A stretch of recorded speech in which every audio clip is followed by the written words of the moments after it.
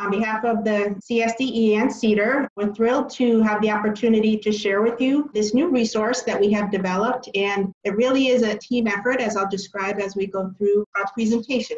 I just wanted to give a little information about the context and purpose of where this resource document came from. Connecticut State Department of Ed is a partner with the University of Connecticut, who is a recipient of a Wallace University Principal Preparation Initiative grant. So with this grant, UConn is analyzing each component of its administrative preparation program to make program improvements that will result in better prepared and quality school and district leaders. So one of the roles that the SDE has as a partner is to be able to engage in and support the reform efforts and to share lessons learned with the other administrative preparation programs in Connecticut. And so one of the driving forces behind this resource is that we realize school leaders already have a full plate. So we wanted to create a resource that would be easily and equitably accessible to school and district leaders, and that really includes and reflects the work of multiple offices in the State Department of Education, including other consultants and department leaders.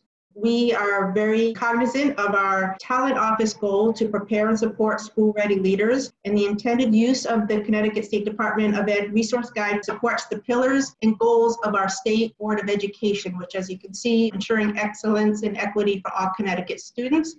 So as I mentioned, one of the goals of our document was to create a user-friendly format. Each topic has a format that includes reference to state or federal legislation. A lot of the work that we do here is driven by state or federal statute. We give a brief overview of the topic, considering that the context was developed under the University Principal Program Initiative. We wanted to gear this toward new administrators. So think of your being first day on the job, someone comes up to you and says, I have a new teacher, and how are they going to be assigned a mentor? And maybe you're not familiar with the mentoring program in Connecticut or the induction program.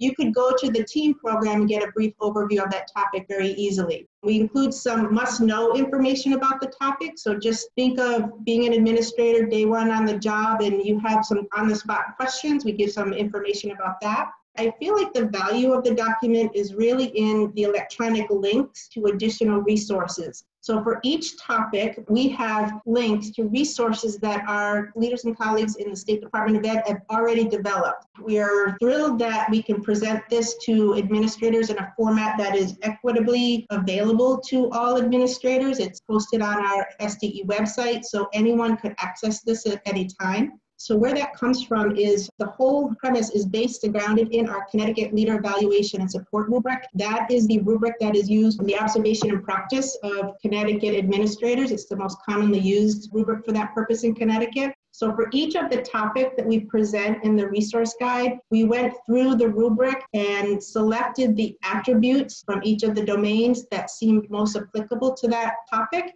And we've displayed the language that describes a leader's practice if they are to be proficient or effective leaders. We also provide the language that would describe leadership practice of an exemplary leader, again, related to each of the topics. So for today's presentation, I wanted to present the resource guide through the lens of the talent management continuum, with the goal of providing inclusive leaders tools and resources to support their overall practice and performance, as well as the practice and performance of their teachers.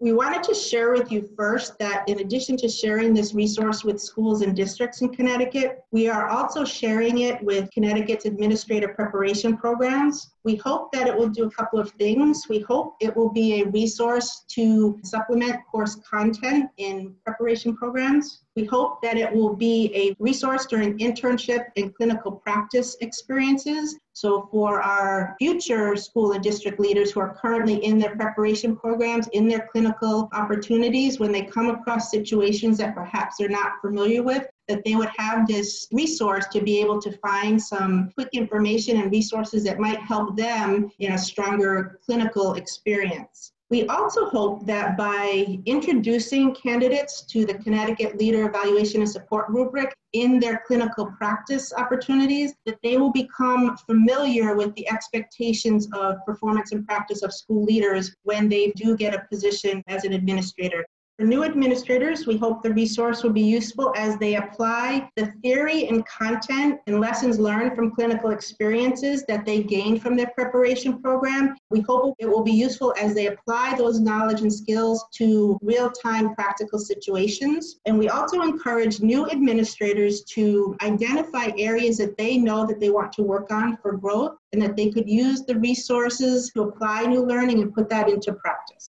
You'll see that the rubric has 4 domains, each with 2 or 3 indicators, and each of those indicators with multiple attributes. Each topic in the resource guide has a direct correlation to the leadership rubric and specific attributes in the domains. We've already received feedback from district leaders that we've shared this with, that this connection to the rubric provides a great resource for coaching and mentoring and supporting existing administrators. So in the evaluation and support part of the talent continuum, we feel that supporting and continuous improvement in leadership practice and performance is important. The document can also be used to support a leader's attainment of student learning indicators by providing information and resources related to an identified area of student learning that has become a priority for that administrator. So if the school or district has identified areas that leaders need to work on and focus on, the resource guide may provide some additional resources or learning or tools that would be helpful in having the administrators attain those goals. We have gotten some very good feedback that this document provides a multitude of professional learning for administrators. So in the evaluation and support process of administrators, if they have an identified area of focus that they would like to work on themselves, they can self-select which areas in the resource that they would want to focus on, and they can access the electronic links. And what's great is that they can look at the leadership practice that they would hope to achieve if they wanted to be a proficient leader in a certain area of a certain topic of the resource guide.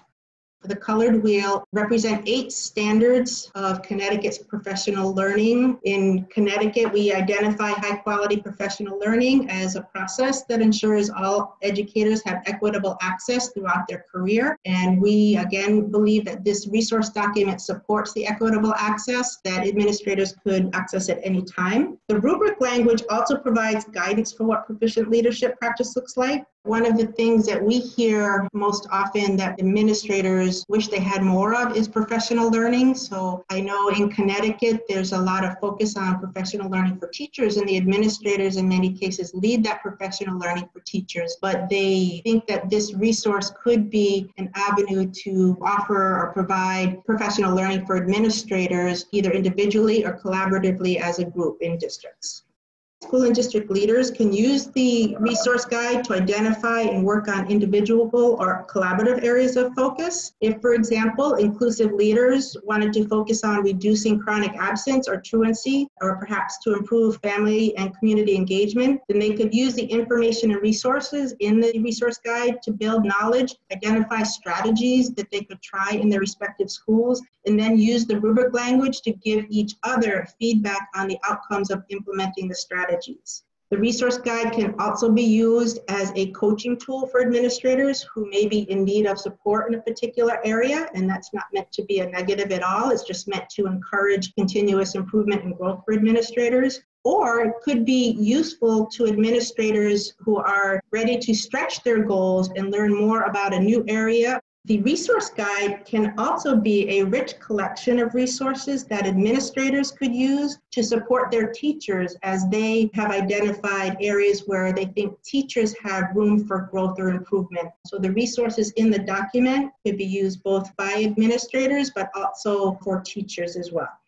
So as a transition to discussing how the CSDE resource guide could be used in leadership development, I just wanted to highlight one of the Connecticut standards for professional learning, and that's the standard of leadership. It's important for inclusive leaders to focus on ensuring equitable opportunities for all students to achieve. It's also important for inclusive leaders to focus on ensuring equitable opportunities to support and grow educators that would result in positive outcomes for students.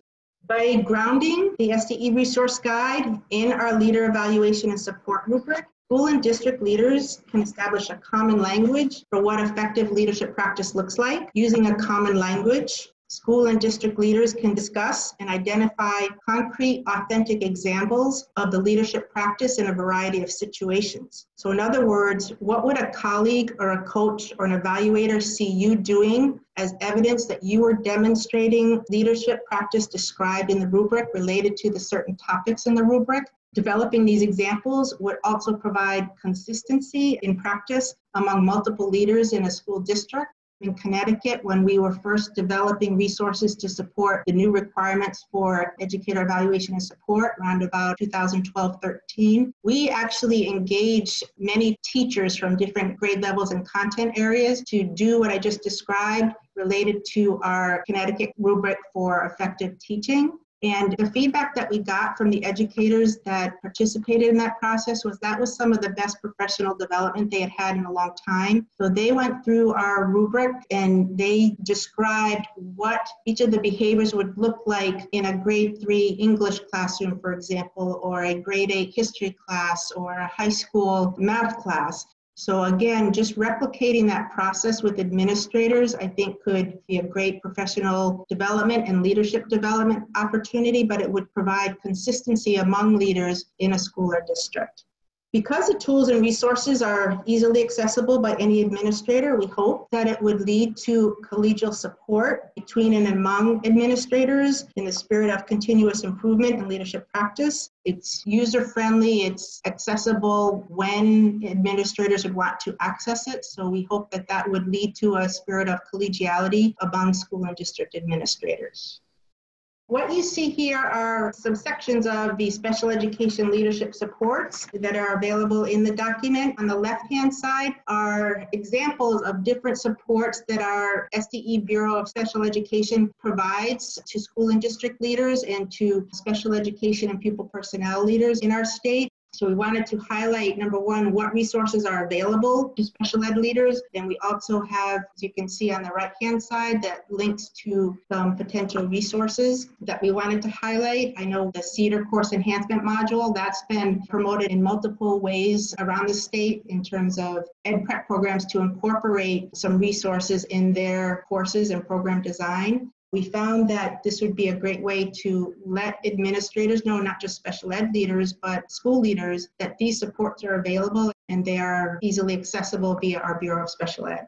What you see here are the overarching language that describes each of the indicators. So the attributes would be embedded within each of the indicators. So this describes what leaders should do in terms of instructional leadership, talent management, organization systems, and culture and climate, the overall domain indicator. But the idea here is that within each domain, there are specific attributes that if a leader wanted to focus on that, they could use the rubric and look at the language that's in the rubric, which has proficient and exemplary language.